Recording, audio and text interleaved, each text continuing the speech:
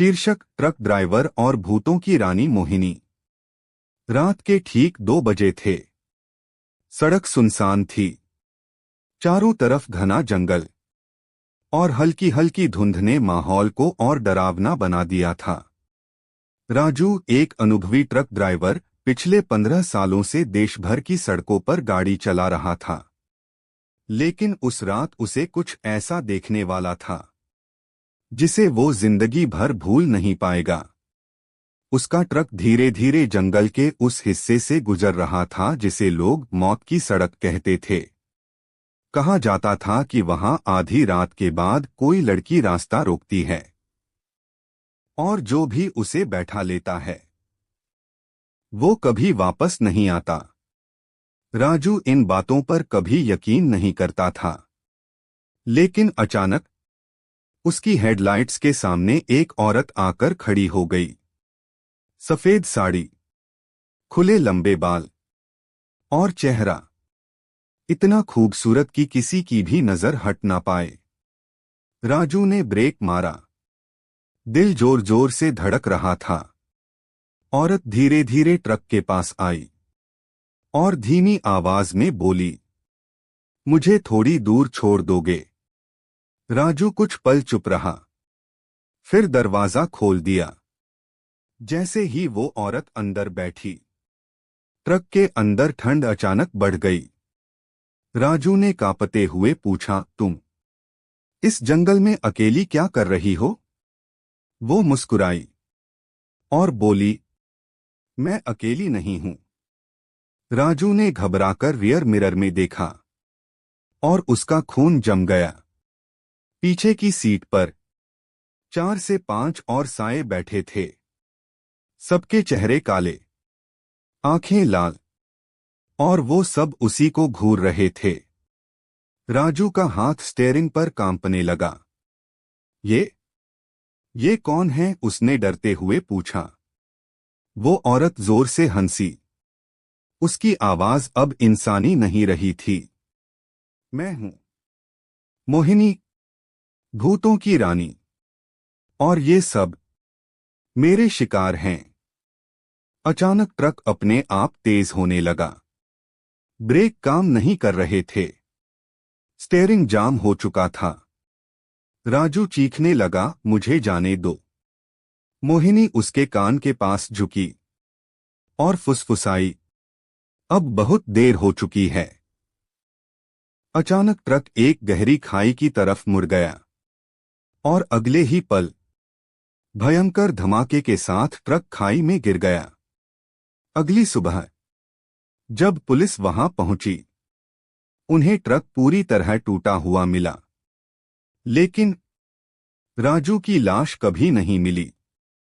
Bus truck के शीशे पर खून से लिखा था, अब वो भी हमारा है। और आज भी उस सड़क पर रात 2 बजे एक खूबसूरत औरत लिफ्ट मांगती दिखती है। अगर कभी तुम उसे देखो तो याद रखना, रुकना मत, वरना तुम भी मोहिनी के हो जाओगे। लोगों को लगा था कि राजू मर चुका है, लेकिन सच उससे भी ज्यादा खतरनाक था। उस हादसे के 3 दिन बाद उसी मौत की सड़क पर एक और ट्रक ड्राइवर सुरेश रात में गुजर रहा था। अचानक उसकी नजर सड़क के किनारे खड़े एक आदमी पर पड़ी। वो आदमी खून से लथपथ था, कपड़े फटे हुए और आंखों में अजीब सा डर। सुरेश ने ट्रक रोका और उसे अंदर बैठा लिया।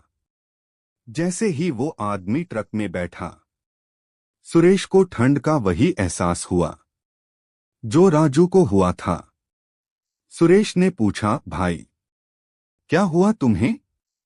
वो आदमी धीरे धीरे उसकी तरफ मुड़ा और सुरेश का दिल रुक गया। वो कोई और नहीं, राजू था, लेकिन उसका चेहरा अब इंसानी नहीं रहा था। आंखें काली और होठों पर एक खौफनाक मुस्कान। राजू धीरे से बोला, मैं बच गया था, लेकिन वो मुझे छोड़कर नहीं गई। सुरेश डर के मारे कुछ बोल नहीं पाया। तभी ट्रक के अंदर वही हंसी गूंजने लगी। हाँ हाँ हाँ। सुरेश ने पीछे देखा और उसका खून जम गया। पीछे फिर से वही साए बैठे थे और बीच में मोहिनी, लेकिन इस बार वो और भी ज्यादा भयानक दिख रही थी। उसकी आंखों से खून बह रहा था, चेहरा सड़ा हुआ और बाल हवा में अपने आप उड़ रहे थे। मोहिनी ने धीरे से कहा, राजू अब हमारा है और अब तुम भी। सुरेश ने तुरंत ट्रक रोकने की कोशिश की, लेकिन इस बार ट्रक खुद चल रहा था। राजू ने उसका हाथ पकड़ लिया। उसकी पकड़ इतनी ठंडी थी जैसे बर्फ, और वो फुसफुसाया, भाग नहीं सकते, कोई भी नहीं भाग सकता। अचानक ट्रक के शीशे अपने आप टूटने लगे। हवा के साथ अजीब आवाजें आने लगी। आओ, हमारे साथ आओ। सुरेश जोर जोर से चिल्लाने लगा, लेकिन उसकी आवाज बाहर तक नहीं पहुंच रही थी। मोहिनी धीरे धीरे उसके पास आई और बोली, हर 3 दिन में हमें एक नया चाहिए। अचानक सब कुछ अंधेरा हो गया और अगले दिन सड़क के किनारे एक और टूटा हुआ ट्रक मिला। लेकिन इस बार भी ड्राइवर की लाश गायब थी। बस जमीन पर खून से लिखा था, अब अगला तुम हो।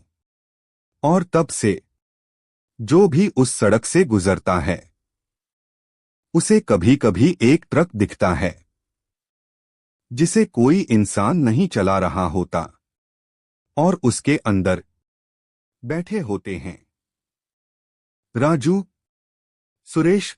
अब तक कई और लोग गायब हो चुके थे। राजू, सुरेश और ना जाने कितने ड्राइवर। मौत की सड़क अब पूरे इलाके में डर का दूसरा नाम बन चुकी थी। लेकिन एक आदमी था जो इस रहस्य को खत्म करना चाहता था। उसका नाम था इंस्पेक्टर अर्जुन सिंह। अर्जुन को इन सभी गायब लोगों का केस मिला और उसने ठान लिया कि वो सच्चाई बाहर लाकर रहेगा। गांव वालों ने उसे चेतावनी दी, साहब, उस सड़क पर मत जाइए। वो इंसानों की नहीं, भूतों की जगह है। लेकिन अर्जुन नहीं माना। उसने फैसला किया कि वो खुद उस सड़क पर रात 2 बजे जाएगा। रात गहरी होती गई। घड़ी ने 2 बजाए और अर्जुन अपनी जीप लेकर मौत की सड़क पर पहुंच गया। चारों तरफ सन्नाटा। अचानक जीप की हेडलाइट के सामने वही औरत खड़ी थी। सफेद साड़ी, लंबे बाल और वही खौफनाक खूबसूरती। मोहिनी। अर्जुन जीप से उतरा और जोर से बोला, तू जो भी है, आज तेरा खेल खत्म। मोहिनी मुस्कुराई। बहुत लोग आए, लेकिन कोई वापस नहीं गया। अर्जुन ने जेब से एक ताबीज निकाला जो उसे एक तांत्रिक ने दिया था। ये तेरे खेल का अंत है। जैसे ही अर्जुन ने ताबीज उसकी तरफ बढ़ाया, मोहिनी जोर से चीखी। उसका चेहरा डरावना हो गया। आसपास की हवा भारी होने लगी। अचानक जमीन कांपने लगी और अंधेरे से राजू, सुरेश और बाकी सभी आत्माएं बाहर आने लगीं। सब एक साथ बोले, हमें आजाद करो। अर्जुन समझ गया, ये सब मोहिनी के कैद में हैं। उसने हिम्मत करके ताबीज जमीन पर रखा और मंत्र पढ़ने लगा। मोहिनी गुस्से से चिल्लाई, नहीं, ये सब मेरे हैं। अचानक एक तेज रोशनी फैली और एक एक करके सभी आत्माएं गायब होने लगीं। राजू ने जाते जाते अर्जुन की तरफ देखा और धीमे से कहा, धन्यवाद। मोहिनी कमजोर होने लगी। उसकी चीखें पूरे जंगल में गूंजने लगीं और आखिरकार वो राख बनकर हवा में उड़ गई। सब कुछ शांत हो गया। अगली सुबह लोगों ने देखा, मौत की सड़क अब बिल्कुल सामान्य थी। कोई डर नहीं, कोई साया नहीं। लेकिन कहानी यहां खत्म नहीं होती, क्योंकि कुछ दिनों बाद अर्जुन के घर के बाहर रात के 2 बजे किसी ने दरवाजा खटखटाया। अर्जुन ने दरवाजा खोला। बाहर कोई नहीं था, बस जमीन पर एक ताबीज पड़ा था। वही ताबीज जो उसने उस रात इस्तेमाल किया था, और उस पर खून से लिखा,